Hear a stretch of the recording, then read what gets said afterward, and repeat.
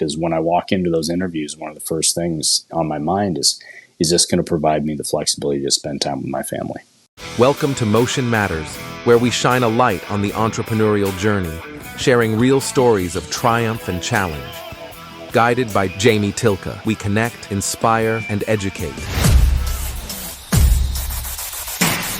This is Motion Matters. Hello and welcome to Motion Matters. This is the entrepreneurial podcast where we talk about the trials and tribulations of entrepreneurship. Today, I have a fellow military service member here, Sean Burnett, and we're going to take a little bit of a different angle today. He's still in the process of transitioning out of the service. He's begun to his own business on the side, but still discovering exactly what it is that he wants to do as he transitions out. So, Sean, thanks for coming on and being on the show with us. Yeah, I appreciate you having me. Looking forward to it. Yeah, man, I'm super excited for this one too. If you don't mind, can you give us a little bit about your background and kind of what's led you up to this point? And then, we can from there, I'll, we'll ask some questions and delve into the, your business that started. Yeah, I think a few things kind of led into this. One, there's a whole joke about special forces guys when they get out. A lot of them just go straight into woodwork because we're so used to working with our hands. And it seems to be a popular thing, especially, when you live around the Fort Liberty area. You go out there and I swear you throw a stone and you'll hit a special forces guy with some type of wood shop. Dude, right? For real. Yep. I think it all kind of started when I was younger. I didn't grow up playing a lot of sports. My father was older, so I grew up, learning a lot of the necessary skills to, I guess, survive. Right. So he would always have me tag along when he was remodeling the house. He was always fixing stuff. He was always tinkering with something, and I kind of gained a lot of that mechanical, technical knowledge and like hands-on work. Right. Then my mother was more the technology side, so in a way, I got the best of both worlds. Once I joined the military, became an engineer, so everybody likes to blow stuff up.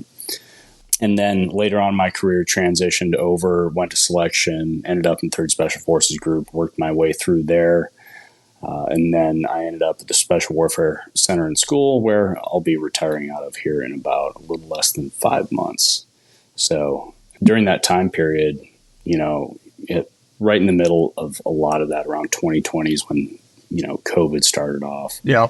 And everybody found themselves very bored. And a lot of people got tired of sitting at home. We were doing a lot of telework.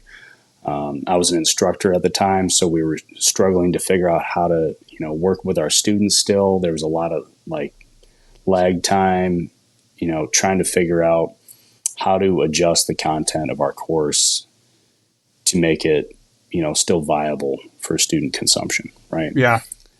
In that time period, social media kicks off, you start getting a million ads, and I had just bought, a new house that I had more room than I knew what to do with at the time. I'd never had a garage before.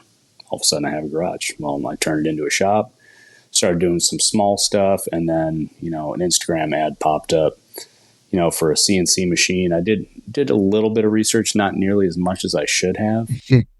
And I bought kind of an entry-level CNC machine, and I've been working with that ever since. And that just kind of created, it started a domino effect. And as I started making more money and, investing in things and, profiting off of different products, I bought more and more tools and expanded my capabilities. For people that don't know what it is, can you tell them what a CNC machine is? So CNC machine, so they've got different variations. Mine's a CNC router. Okay. So what I'll do is I'll go into the online program. For me, it's Easel. I'm going to be upgrading to Vectric and Aspire. That way I can do a lot more with it. But I'll put a design into a program, hit a button, and as long as I've got the speeds and feeds right and got the right bit, ideally on the back end of that, the design will pop out on wood. Okay.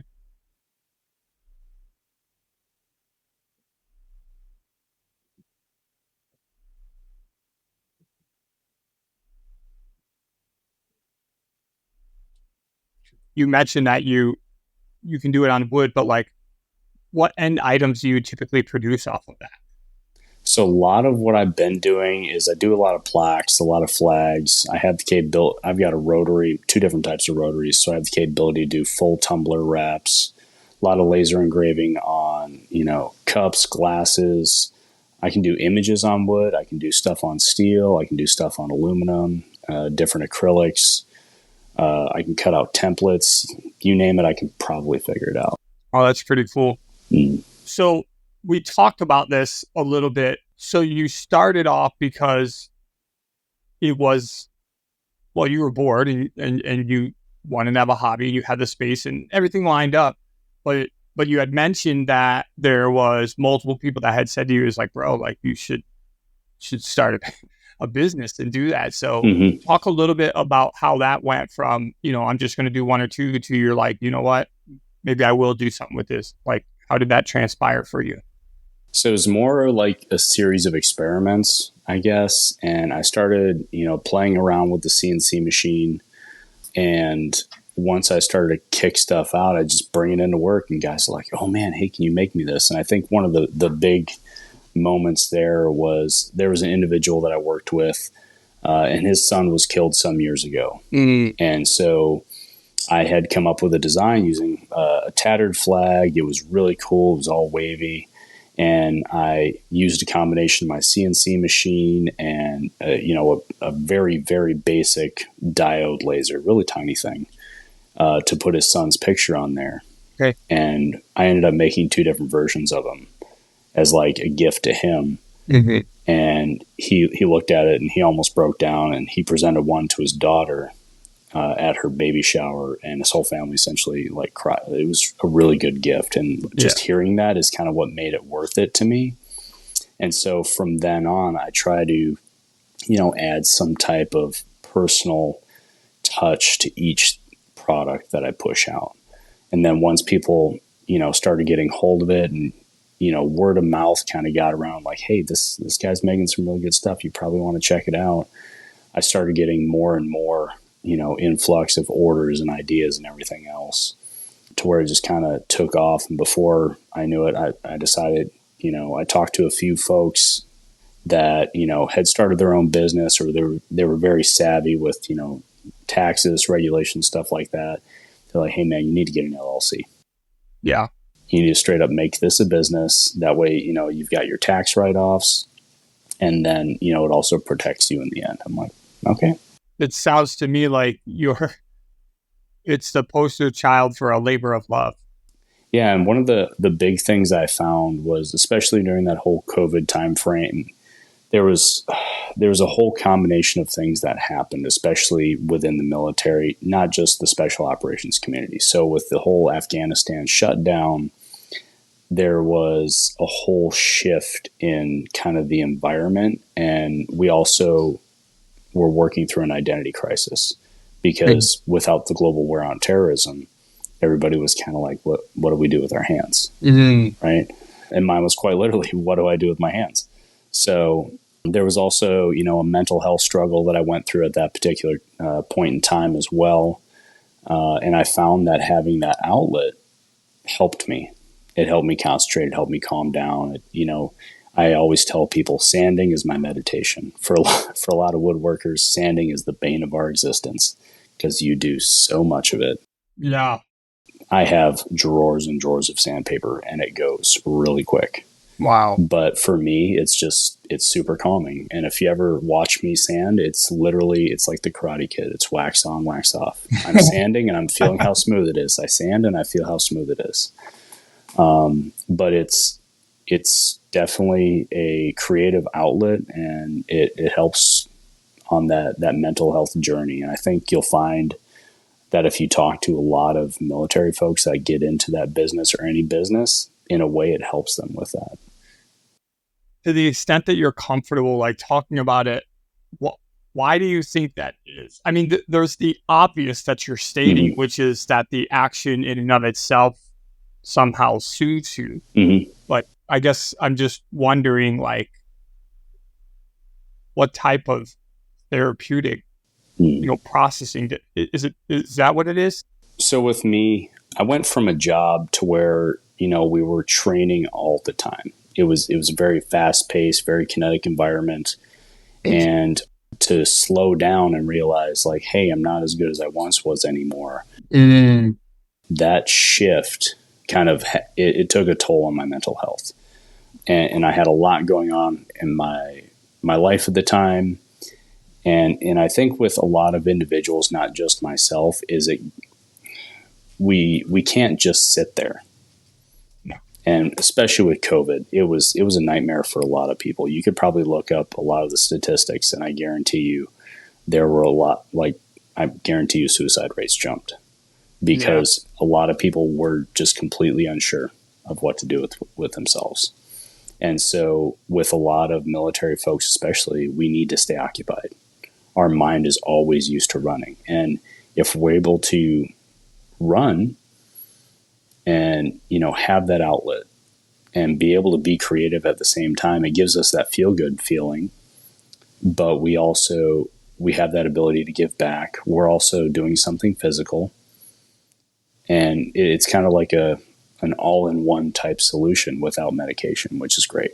I'm listening to what you're saying, and the first thing that came to my mind is that it doesn't allow you to get inside your head. Mm-hmm. Yeah, it's, I'll generally put on some music in my shop. And if I'm going to sand or if I'm working on some programming, I generally take my computer out to the shop and I just hang out there. Granted, it's summertime in North Carolina, so I'm going to be sweating. Yeah. You can only handle it so much. But a lot of the times it takes your mind off everything else because you have a problem to solve and it's right there in front of you and it's tangible, right? Yeah. With a lot of everything in our lives, especially as a transitioning individual out of the military, there's a lot of uncertainty there, and we don't deal well with uncertainty. In the military, especially in SOF, we make our living on contingencies. We always have a backup plan. There's always a backup plan. But when you're retiring or ETSing out of the military, there's a lot of uncertainty on the other side, especially if you spent the past 20 plus years in a career where you knew no matter what, you're getting paid. You knew what was coming next generally. Mm-hmm. And then all of a sudden, I've got 100, like, what did I tell you? 145 days, something like that, 143. Yep. There's something on the other end of that line. And I'm not sure what that is just yet. I'm in the process of figuring it out. And I'm not too stressed out about it. But there's still that level of uncertainty where if you put a piece of wood in front of me, the technology I need to, create a design. It's a very singular focus and it's very tangible, and I can fix it and I can deal with it right there. And it's mentally, I don't want to say mentally exhausting, but it's mentally engaging enough to where at the end of the day, I can go back, I can sit on the couch with my wife, my stepdaughter, my dogs, and just hang out and just be there. Right. It takes that busy brain and it calms it down to where, okay, I can relax for the night and tomorrow's a new day. Super interesting to sit there and listening. And the reason why I'm saying that is because so many people, as you've already alluded to earlier, particularly within, the military, they struggle when it comes time for them to depart, right? One of the words I talk about all the time is they lose their sense of purpose, right? And for many of us, including myself, I had never been in a situation where I was truly part of something that was bigger than yourself, right?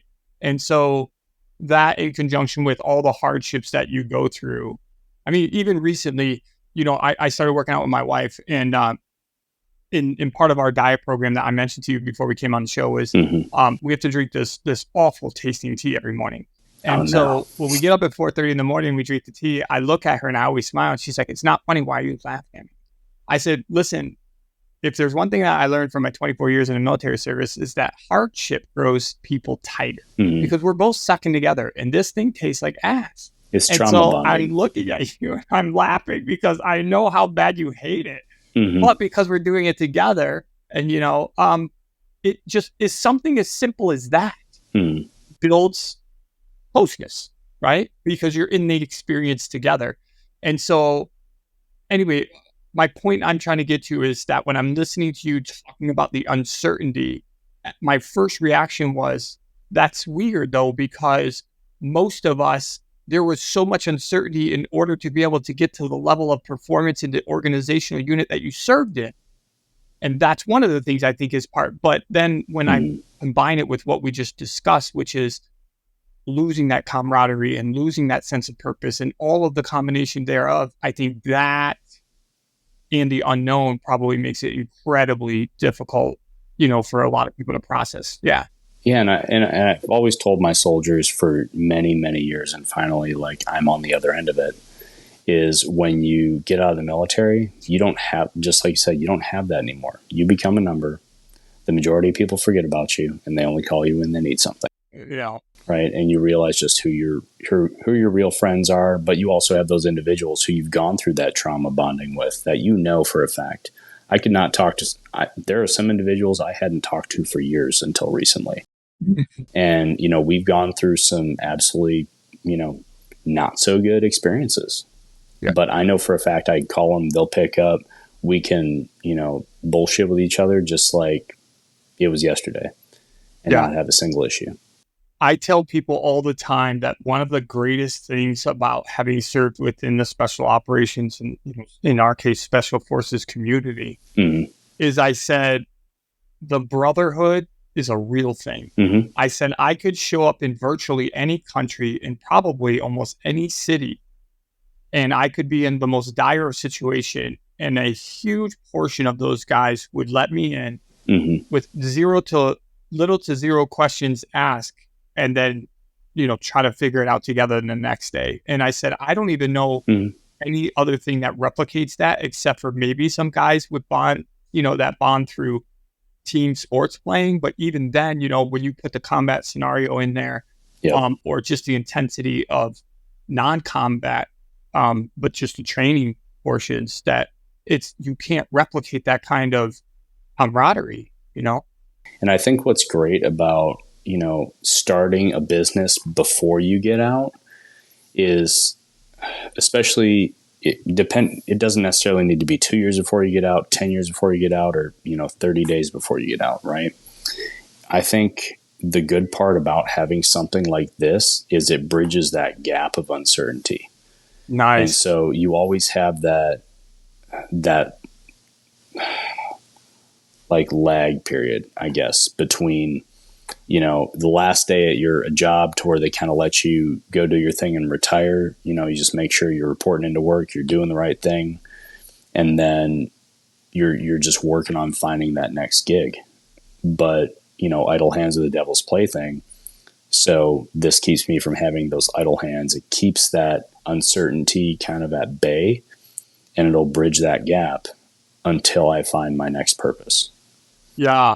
I love that you mentioned that, because I'm hoping that some people that may be in a similar position where they're approaching the end of their journey, whatever that is, are taking into consideration what you're saying, because I think that's a huge nugget that you just dropped. I went the other extreme, which I, in some ways, don't know if that was super healthy either, which is that I never processed my exit from the military.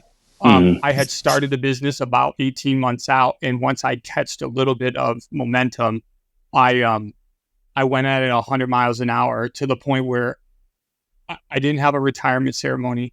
I didn't do any of the stuff that I almost didn't even go through the process of getting some of the, the VA benefits, because I was so caught up in running so hard. Yep. And it hit me one day. So anyway, but I like what you just said, which is a much more, I think, thought out and strategic approach to the transition. And in fact, I would like to use that to transition and talk a little bit into, so you got this business that kind of was formed out of, boredom, and then you got some gratifying fulfillment from doing this for other people.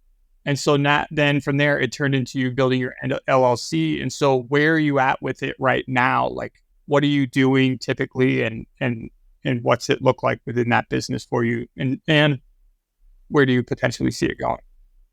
Right now, so recently I've invested in a lot more equipment than I originally planned on. I had this fly by night deal, and that's where I kind of got, I went and invested in a full blown industrial laser. And just like I told you, it's literally the size of a double mattress. Hey, I can crawl into this thing if I want. that's crazy.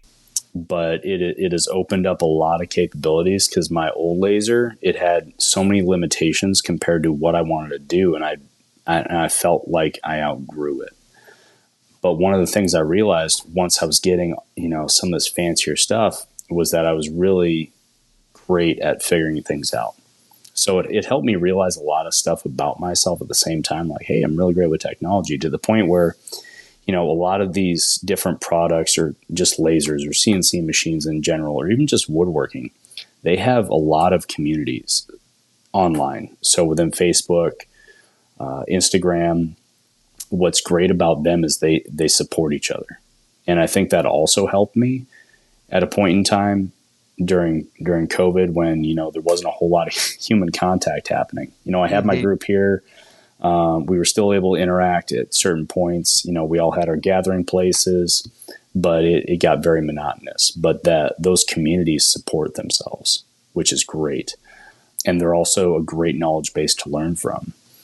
And when I started getting more advanced stuff, I'm like, okay, I've got all this fancy stuff, but at the same time, I also need to go back to the basics sometimes. I've realized, as many fancy machines as I could get, every once in a while, something just doesn't turn out the way you need it. You need to go back to the basics. Mm-hmm.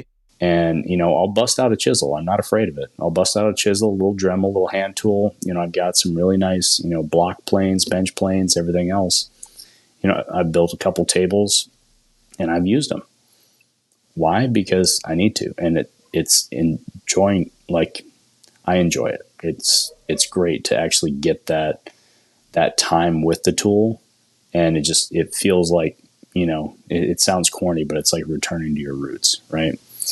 But with where I'm going with it is, as I post more and more things on social media and learn the ins and outs of hashtags and advertising and all that, I'm slowly learning that threshold of where I want to keep things. Like, I don't want to be full blown, because I don't want it to be my primary source of income. Because one thing I've learned about myself, it's not all inclusive to everybody, but if I make something that I love my primary source of income, I might learn to hate it. Because at that point, it's going to be stressing me out. I would tend to agree with what you just said. Mm-hmm.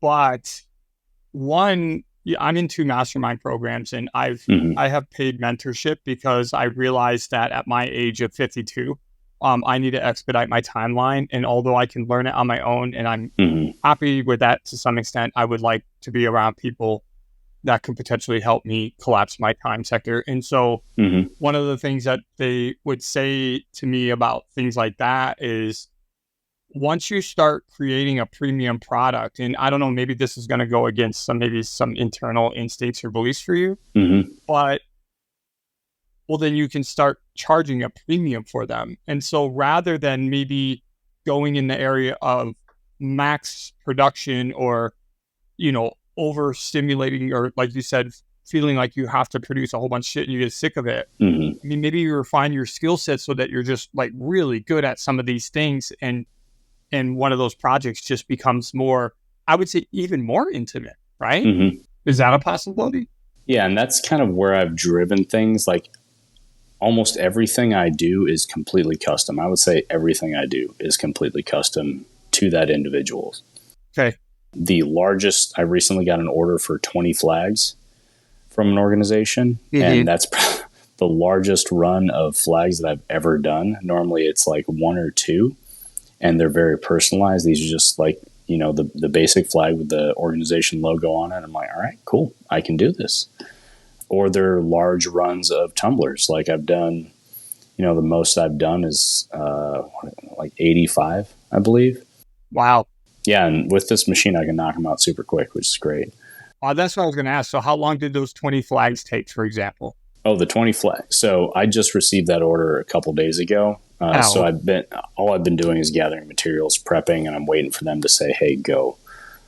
But the tumblers, that'll take me maybe an afternoon, Wow. depending on what I'm doing. Yeah, I invested in better machines so I could work more efficiently and more accurately and get a better quality product rather than sitting there. I used to spend a lot of my time struggling with the setup in order to make sure it was perfect when the machine, wasn't as calibrated as it should have been, but it was just a limitation of the machine. So, but to your point of like having something custom and very, very good, like I look at some of the individuals that, I started following on Instagram. There's, Jeff Mack and, the House of Timber and everything else. And they produce very high quality products, and they don't produce a lot of them. Mm-hmm. But they do charge a premium for them, because if you look at their process, everything is completely handmade. The reason why I'm asking you this question, Sean, is, and just to be very clear, like I'm not saying that necessarily your strategy or the direction that you're heading is wrong. Yep. But I'm admittingly telling you as well that I'm a huge proponent and constantly talking to fellow, SF guys. I've had quite a few dudes since we left that have reached out to me and said, "Hey, dude, I see you've had some mild success. Like, I'd love to come over and ask some questions." And so I'm a huge proponent and always advocating for the entrepreneurial world, because I believe that, yes, it's going to take a little bit more, not a little, it's going to take a lot of time and effort, but I believe that ultimately it potentially could position you in a way where you have way more freedom, right? In order to be able to determine your time. I know that you mentioned, you have a family as well. And because we served in the same organization for extensive amount of times, you and I both know that, how many birthdays did we miss and special occasions and soccer games, right? And all these things that we never got to be a part of. And so I'm speaking for myself when I'm saying that one of the things that really, has driven me is wanting to be able to have the flexibility of being able to take my wife in the middle of the day to a lunch versus have to ask permission from somebody. And so I guess my question I'm asking for you, or if you've thought through it, is like, do you feel like the concern of being able to provide a certain type of lifestyle is greater than potentially, financially, greater than, maybe the prolonged outcome of being able to have more quality time, I guess, or control over that? So I've always found myself kind of caught between a rock and a hard place, right? Yeah. There's a lot of financial goals. I am not switched on to investing, real estate, all that stuff. That it is just not my jam. I've tried looking into it, but there are some people like yourself that are much smarter about things than I am. I am really great at like woodworking and laser engraving and all that, and figuring that stuff out. If it gets to a point to where I can charge a premium and, produce those high quality items, in limited quantities and still have that free time, that's great. But until that point in time, like I'm still going to be sacrificing a little bit of time, but I'm also, during the transition, one of the things that, we're always taught is that, does this organization's values line up with your own? Yeah. Are they going to help you prioritize your family? Because when I walk into those interviews, one of the first things on my mind is this going to provide me the flexibility to spend time with my family? I don't know what your experience was, but there was so many times where if you would make a comment at work, and I'm talking about in the military and, in our organization, there would be negative comments that were made about the fact that you may be putting your family's thing in front of the mission. There were some times that would happen, not as often as I think a lot of people would expect. And I think, at least in my recent experience, I've been lucky enough to have a lot of really great leadership that are very understanding. So if I, in the middle of the day, just need to say, hey, like, this is not my day. Like, I'm having some serious mental issues. Like, I need to go see somebody, and they're like, hey man, go take care of it. Or, hey, my dog is really sick. Go take care of it. My wife needs to be picked up. Go take care of it. Hey, I just want to pick up my daughter from school today, go take care of it. Yeah. But I've also been lucky enough to get those jobs where I have that flexibility. There are a lot of individuals that don't. So I totally understand where you're coming from with that, especially, being, regular in a regular Army unit. They don't give you that kind of flexibility that normally they would give, soft individuals, because we're generally, treated like adults, right? Yeah. Because of the skill sets that we obtained in the environment, which was unconventional warfare, I believe so many special forces dudes are keenly shaped and molded so that they could be incredibly successful.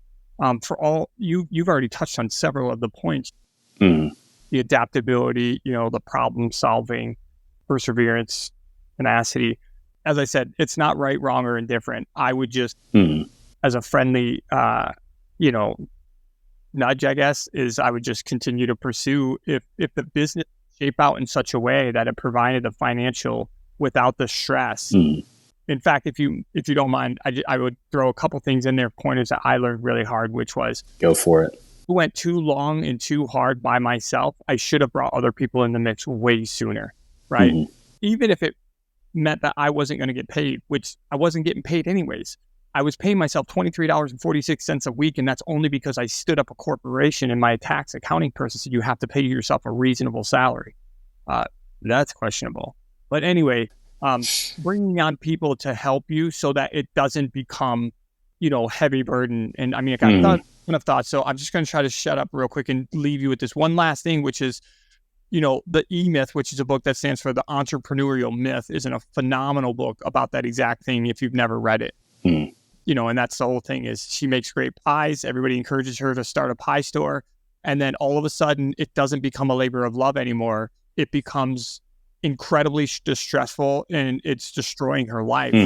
And part of it is about knowing what is your strength, what position, if you're the visionary, are you the operator, all these different things. So anyway, I would just encourage you to, as you appear to be doing, keep building your business, but I would leave it open to consideration, because the reality is if you are your own boss, you are going to absolutely have way more latitude.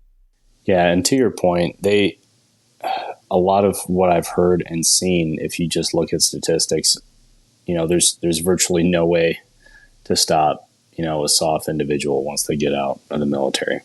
Like, life finds a way. But on the same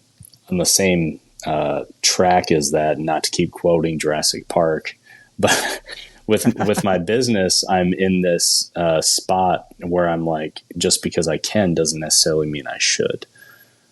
So I'm looking at it. Yes, I would love that freedom and that capability. I'm not quite there yet. In the future, I may get there. Until then, I'll be pursuing other avenues where I still have that relative freedom. But at the same time, I think a little bit of us likes to be stressed out, because I think we're just so used to it. Dude, I tell my wife that I perform better that way.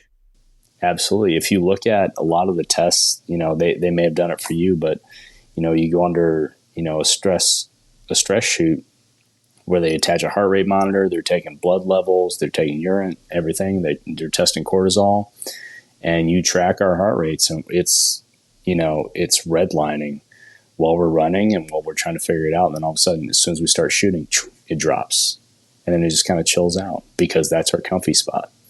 Yes. We're comfortable being uncomfortable. Yes. It's that single point of focus that we have. You nailed it, man. I recently was blessed for an opportunity. I went to New York City with 20 other SF guys to go before these CEOs of these billion-dollar companies. Anyway, they ran all these tests. They did the whole put the hat on you with all the sensors and stuff like that, and all the other things. But the lady she's like, dang, she's like, you perform higher under stressful situations, right? And I said, yeah, typically. And then she's, said a lot of things that you said. So I was going to say it's a blessing and a curse at the same time, because we're just so conditioned. And part of transitioning out of the military and starting a business and all that is it's finding that perfect feng shui of how, you want to live the rest of your life. Because from then on, it's your life. It's nobody else's. It's your life, and you get to choose your own destiny at that point. Yeah. And taking a business from a small 2-car garage to hopefully God willing have a nice at least 80 by 30 shop on a nice little piece of land. And at that point, then I can expand my business and bring other people in. That'd be nice. Yeah. My friendly encouragement to you is that if you want that, it's going to happen. But I feel like listening, there's a little bit of, again, you're just trying to feel out what things are happening. So again, I understand it's a process for everybody, but I have zero doubts knowing where you came from and what you've shared with me thus far, that if you made it a priority to ultimately get to that shop, you're going to get there. And even though there's a bunch of dudes that do woodworking, because I laugh because I think there's some truth to what you just said. Yep. I feel like it's one of those things that more and more people want now, right? I don't want the manufactured thing from China. Like I want something that's customizable, that has more meaning to it, right? It's just, it's been crafted. And that was one of the points that I was thinking about prior to us getting even on here, is if I have a friend or somebody, which is why I love doing a lot of word of mouth business rather than, going on Etsy or starting an Amazon store or anything, is I have people that I know or friends of friends. Like I was referred to you originally because you were looking for a sign. Yep. But there's just another level of personal. So exactly, it's like farm to table. It's like a farm to table restaurant. You know exactly where that cow came from. You know exactly the process it took to get to your table. Yeah. And if I can provide something like that with a very personal touch that brings a tear to some people's eyes every once in a while, and I get that personal satisfaction, it's not necessarily the money for me. It's that personal satisfaction that I get of delivering something that's high quality and I can stand behind it. That's what I love. Yeah. And I believe with that, leading with that, I really think that eventually the money comes. Mm-hmm. Absolutely. It's inevitable is what I'm saying. I really think that, because again, people sense that and they want to pay you what the value is. I mean, there's always going to be some people out there that don't, but I'm saying most of the time people will. So yeah. And I wanted to say one other thing, and I didn't want to forget it, because you mentioned earlier about this is your comfort zone, this is what you like, but you're not necessarily savvy about investing or stocks or real estate and stuff like that. Another thing, that, being special forces just drilled into me was the power of the network, right? Or we like to say relationship capital. Yep.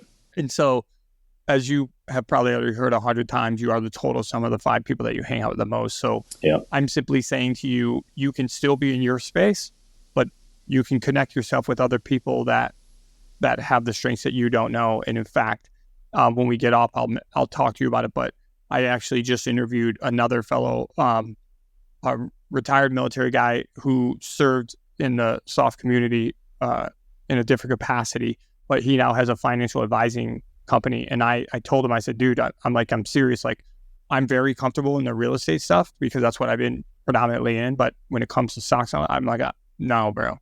And I was like, so I'm going to reach out to you. So anyway, I'll pass you his information as well. It might be something you want later. Awesome. Yeah. So just kind of closing and winding this down, I just want to ask you, I want to offer you an opportunity, and then I want to ask you a question. So the first thing is I'll ask you the question, which is there one particular piece of like a book or a piece of advice or anything that's really helped like inspire you as far as potentially wanting to build some type of business on your own that you could share? I don't think it's been a book or any one thing, truthfully. Okay. I honestly think it was my parents. Okay. That's good. I honestly think it's what they had their differences, and I didn't realize it till I was older. But the combination of both my mother and my father honestly made me exactly the person I needed to be to do this. Nice. That's awesome, man. Thanks for sharing that. the last thing I want to give you an opportunity before we part ways is, how can people get a hold of you? Like, do you have a website? What's your email? So that they can find you and potentially, you can still create some organic business. So my website is barkingbladedesignco.com. And from there, you can go to my Instagram. It's at barkingbladedesignco. It's also on Facebook. Just look for this logo. Okay. And you'll see it. So nice. Well, yeah, I Sean, try to include stickers when people buy stuff too. So yeah. it's nice. No, that's token. a good idea. I need to get some of those made too. But do you do stickers?